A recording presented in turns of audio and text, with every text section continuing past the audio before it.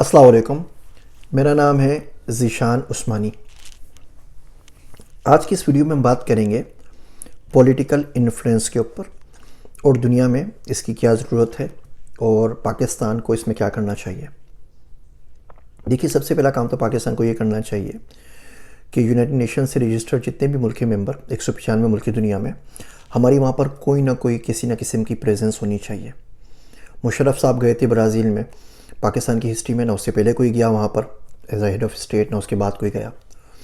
Eastern Europe के ये Baltic state जितनी भी हैं, लिथुनिया, लेटविया, फिनलैंड वगैरह, फिनलैंड में तो खैर है, बाकी जगहों के ऊपर इस्टोनिया, लेटविया और बेलारस वगैरह, यहाँ पे पाकिस्तान का कोई मिशन नहीं है।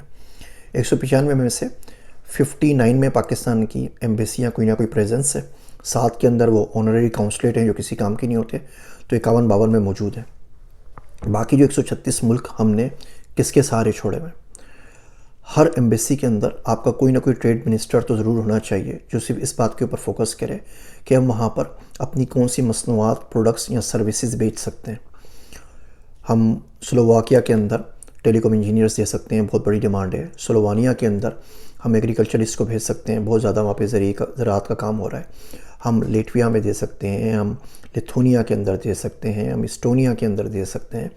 तो इस पॉलिटिकल इन्फ्लुएंस के लिए आपने सिंपल ये करना है कि 195 मुल्कों के अंदर अपना कौंसलेट बनाना है और कोशिश करें कि उन 195 मुल्कों का कौंसलेट या कोई ना कोई एम्बेसी हमारे मुल्क के अंदर भी हो, ताकि दो तरफ़ा ताल्लुकात को बेहतर बनाया जा सके। इसी तरह कोई 50-55 मुल्क के अंदर है और उसमें भी एक एक एम्बेसी जो है वो 5-5 मुल्कों को संभाले हुए हैं, तो ये कोई तरीका नहीं है।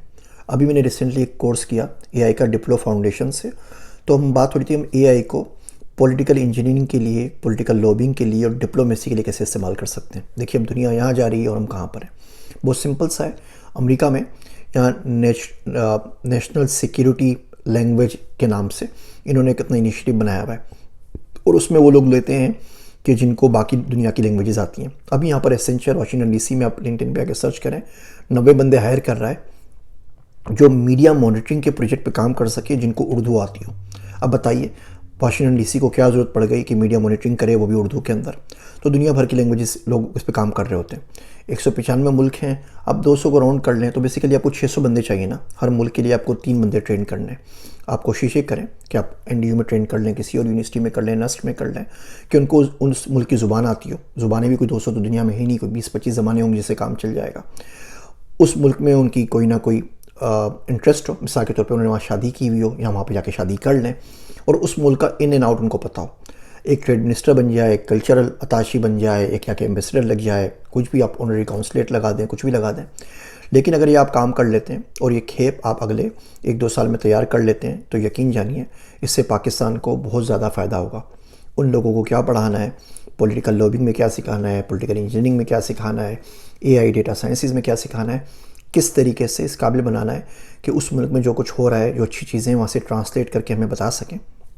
और सिक्योरिटी एज भी हमारे पास है और हमारे मुल्क में जो भी मसनूआत, सर्विसेज डेवलप हो रही हैं वहाँ पे जाके बेच सकें। इसका बहुत आराम से करिकुलम बनाया जा सकता है। आप चाहेंगे तो मैं आपकी हेल्प कर दूंगा, वरना आपके पास मुझसे बहुत ज़्यादा ज़हीन और फ़तीन लोग मौजूद हैं जो इसके ऊपर काम कर सकते हैं। लेकिन पॉलिटिकल इन्फ्लुएंस आजकल के दौर की एक बहुत बड़ी ज़रूरत है, जिसको हम मुसलसल निगलेक्ट किए जा रहे हैं और किए जा रहे हैं।